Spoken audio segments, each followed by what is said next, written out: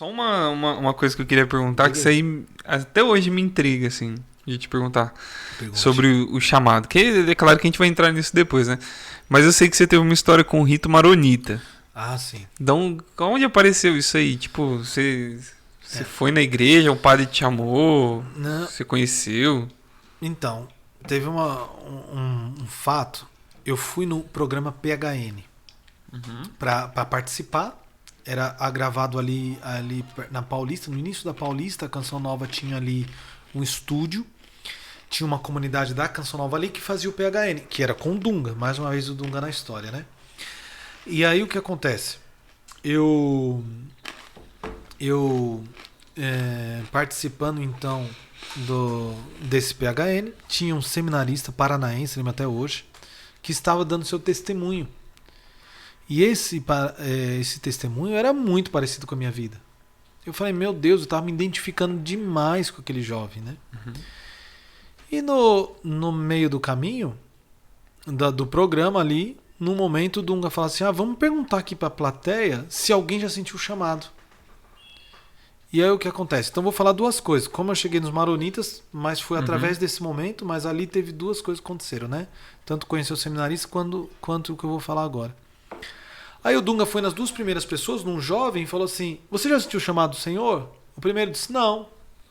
Aí foi pra uma menina que estava do lado dele e falou, você já sentiu o chamado de Deus? Não. Aí falou assim, vamos aqui para trás, porque aqui na frente ninguém sentiu o chamado de Deus ainda não. E o Dunga foi, eu tava umas 3, 4 fileiras para trás, não me lembro bem. Ele foi para trás e colocou o microfone na minha boca. Você já sentiu o chamado do Senhor?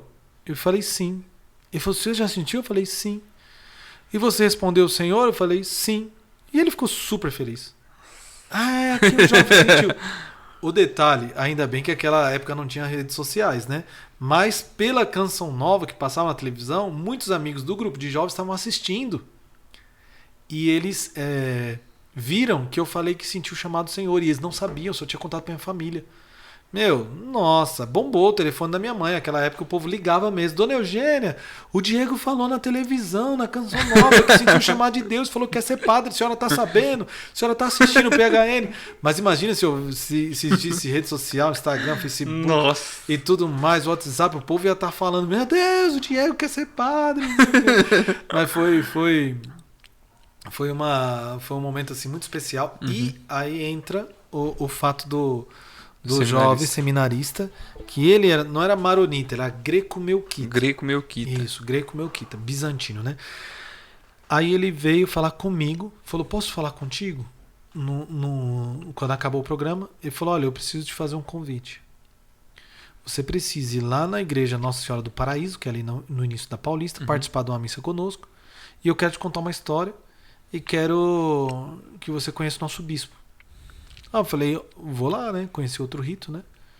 Fui na igreja Nossa Senhora do Paraíso na quinta-feira, que tinha missa em português, porque lá tem missa em outras línguas também, em aramaico, em libanês e tal. E aí eu participei da Santa Missa e no final ele falou assim, vamos conversar, né?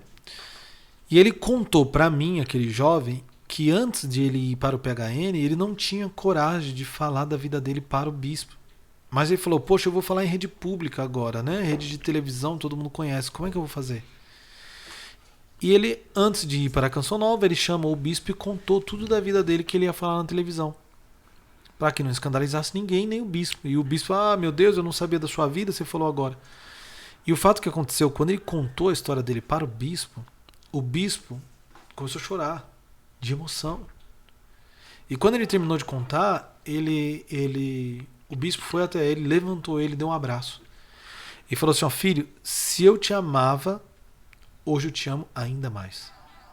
Se eu já te amava, eu te amo ainda mais. Vai lá dar o seu testemunho e um jovem vai vir aqui na nossa igreja e ele vai ser tocado pelo seu testemunho e ele também vai estar no chamado de Deus. E aí ele me contou isso após a missa. Nós estávamos sentados ali numa salinha do lado da igreja, que tem a casa dos padres ali, do bispo ali mesmo, Nossa Senhora do Paraíso, né, do lado da igreja. E o bispo veio nessa hora. E Dom Fares, na época, né? E ele falou assim, eu não te falei que viria um jovem aqui, através do seu testemunho? né? Foi fantástico. E esse bispo, nesse dia, além de um cacho de banana que ele deu pra gente comer, ele chegou lá na sala e falou: toma aqui um cacho de banana pra vocês comerem, né? Ele voltou lá dentro, pegou um ícone de Santa Teresinha Doutora e me entregou esse ícone. E aí ele falou assim: reza para essa santinha aqui que ela vai ajudar a encontrar a sua vocação. E eu não conhecia o Carmelo, então aí já entra uma outra etapa da história, né? Eu comecei a conhecer o Carmelo através desse ícone de Santa Teresinha e fui conhecer quem era Santa Teresinha.